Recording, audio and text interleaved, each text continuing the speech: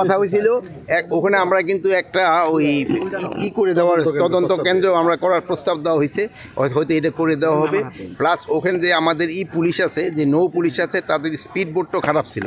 এখন আমি ওই সেদের কোস্টগার্ডকে বলে দেওয়া হয়েছে, কোস্টগার্ডের লঞ্চ থাকবে এবং ওইটার ভিতরে নৌ পুলিশ থেকে ওই জায়গাটায় অপারেশন করবে। আপনি যে জায়গাটার কথা বলছেন একটা সত্যি কথাই বলছেন, ওই জায়গায় একটা ঝামেলার জায়গা আছে, আমি আগে জানতাম না, সেদিন আমি মুন্সিগঞ্জ যাওয়ার পর আমি জানতে পারছি। 4 জন মারা গেছে। মাননীয় উপদেষ্টা গতকালকে আদিবাসী শিক্ষার্থীদের উপর সব সময় দাবি করে এটার কোনো শোনেন, একটা হলো আমরা যদি করা হই সে সময় আপনারা বলেন, আবার যদি সফট হই বলে এত নরম কেন। এখন দুনো দিক দিয়ে এখন আপনারা বলেন যে আমরা কোন পথে যাব। স্যার এই 5 মাসের ছাত্রদের উপর নিপীড়ন যে পুলিশ নাকি তার মাজা সোজা করে দাঁড়াই নেই। হ্যাঁ, আপনারা এক দিকে এক একটা কথা বলেন, এক সময় তো বলতেছিলেন এইটা মুন্সিগঞ্জের ব্যাপারে বলেন, মুন্সিগঞ্জের জন্য একটা চেষ্টা করেন, একটা মেডিকেল কলেজ করানো দরকার।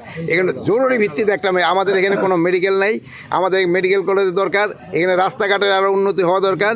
যদিও 700 কোটি টাকা কিন্তু স্যাংশন করে দেওয়া হয়েছে এই এলাকার রাস্তাঘাটের জন্য, এই এলাকার এইগুলির জন্য আপনারা একটুখানি বলবেন। যেহেতু আমরা যদি ঢাকার পাশে, কিন্তু আমাদের কিন্তু অনেক সুযোগ সুবিধা কিন্তু এখানে অত নাই।